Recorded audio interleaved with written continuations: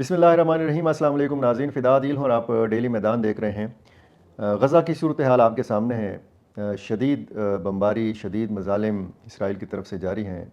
عالمی برادری خاموشی سے تماشا کر رہی ہے، امت مسلمہ خاموشی سے تماشا کر رہی ہے۔ مسلم ممالک کے جو سربراہان ہیں وہ صرف بیان بازی سے کام لے رہے ہیں، اور اس ساری صورتحال میں اگر آپ افغان مہاجرین کا معاملہ دیکھیں تو وہ کہیں پس منظر میں چلا گیا ہے۔ ایک انسانی بحران نے جنم لیا ہے۔ اس میں کوئی حقیقت نہیں ہے کہ افغان مہاجرین جو پاکستان سے جا رہے ہیں اپنے وطن واپس، ان کو شدید مشکل صورتحال کا سامنا ہے، شدید سرد موسم کا ان کو سامنا ہے، اور وہ سامنا کر رہے ہیں شدید سردی کا۔ ان کے بچے، ان کے خواتین، ان کے بوڑھے، اور خصوصاً جو بزرگ خواتین ہیں ان کی تصویریں دیکھ کر بہت ہی افسوس ہوتا ہے۔ اس حوالے سے بھی بات ہوگی، اور پاکستان کی سیاست کے حوالے سے بھی بات ہوگی۔ خیبر پختونخوا میں کیا ہو رہا ہے، پاکستان مسلم لیگ نون سندھ میں، بلوچستان میں، اور اس کے بعد خیبر پختونخوا میں کیا کرنا چاہتی ہے،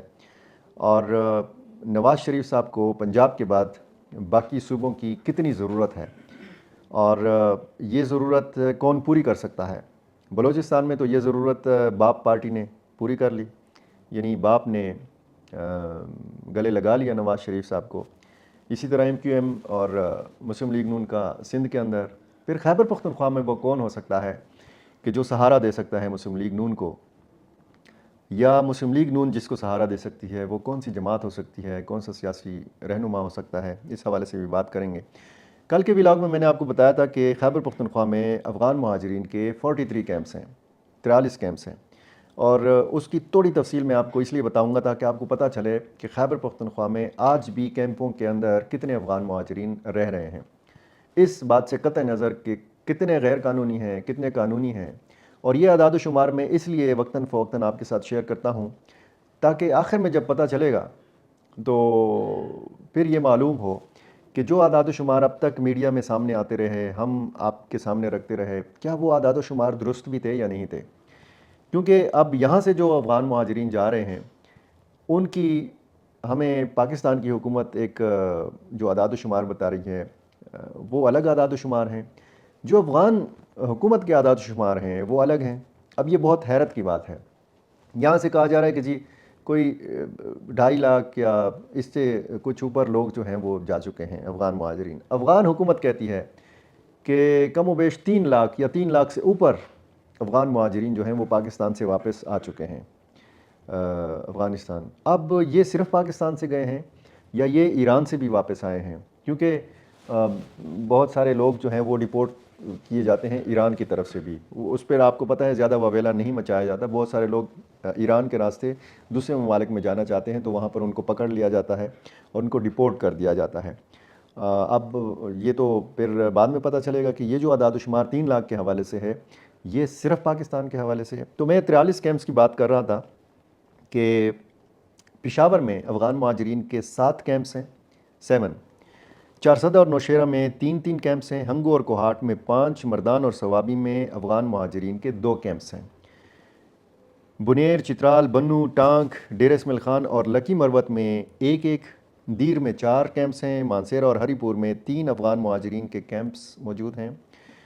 اور اس میں پھر ان کیمپوں کے اندر کتنے افغان مہاجرین ہیں، کتنے افغان خاندان ہیں جو اس وقت رہائش رکھتے ہیں۔ پشاور کے 7 جو کیمپس ہیں ان میں افغان مہاجرین کے خاندانوں کی تعداد 11,538 ہے، جبکہ انفرادی آبادی 59,114 ہے، یعنی 59,114 افغان مہاجرین جو ہیں وہ پشاور کے 7 کیمپوں میں رہائش پذیر ہیں۔ چارسدہ کے کیمپوں میں افغان مہاجرین کی انفرادی آبادی جو ہے وہ 12,718 ہے، جبکہ یہاں پر افغان خاندانوں کی تعداد جو ہے وہ 2,412 ہے۔ نوشیرہ کے کیمپوں میں 7,055 خاندان آباد ہیں، جبکہ انفرادی افراد کی تعداد جو ہے وہ 36,375 ہے۔ ہنگو کے کیمپوں میں افغان مہاجرین کی انفرادی آبادی 45,000 اور خاندانوں کی تعداد 6,611 ہے۔ کوہاٹ کے کیمپوں میں افغان مہاجرین کے خاندانوں کی تعداد 8,390، جبکہ انڈیویجولز جو ہیں وہ 54,905 ہیں۔ مردان کے 2 کیمپوں میں افغان مہاجرین کی انفرادی آبادی 12,215، جبکہ یہاں پر افغان خاندانوں کی تعداد 2,214 ہے۔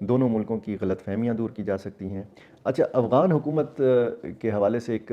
یہ خبر آئی ہے کہ جی افغان مہاجرین کے حوالے سے جو کمیٹی بنائی گئی ہے اس نے بہت اچھا کام کیا۔ اچھا کام اس حوالے سے کہ ایک تو مہاجرین کی صرف تعداد گننا نہیں کہ جی اتنے آ گئے، اتنی فیملیز آ گئیں، اتنی خواتین آ گئیں، اتنے مرد آ گئے، اتنے بچے آ گئے۔ باقاعدہ وہاں پر ایک ایک فیملی سے، ایک ایک فرد سے پوچھا جا رہا ہے کہ جی آپ کی تعلیمی قابلیت کیا ہے، آپ کس شعبے کے ماہر ہیں، آپ کیا کاروبار کرتے تھے، آپ کیا کاروبار مستقبل میں کرنا چاہیں گے، آپ اگر کسی فیکٹری میں کام کرتے تھے تو کس قسم کی فیکٹری میں آپ کس قسم کا کام کر سکتے ہیں۔ تو جہاں جہاں پر وہاں پر پہنچنے والے افغان مہاجرین کی مہارتیں ہیں، ان مہارتوں سے استفادہ کرنے کا ایک فیصلہ کیا ہے افغان حکومت نے، اور میرا خیال ہے کہ یہ بہت اچھا فیصلہ ہے۔ اگر افغانستان کو افغانستان کے بیابانوں کو جو جو بنجر زمینیں ہیں ان کو اگر افرادی قوت کی ضرورت ہے تو پھر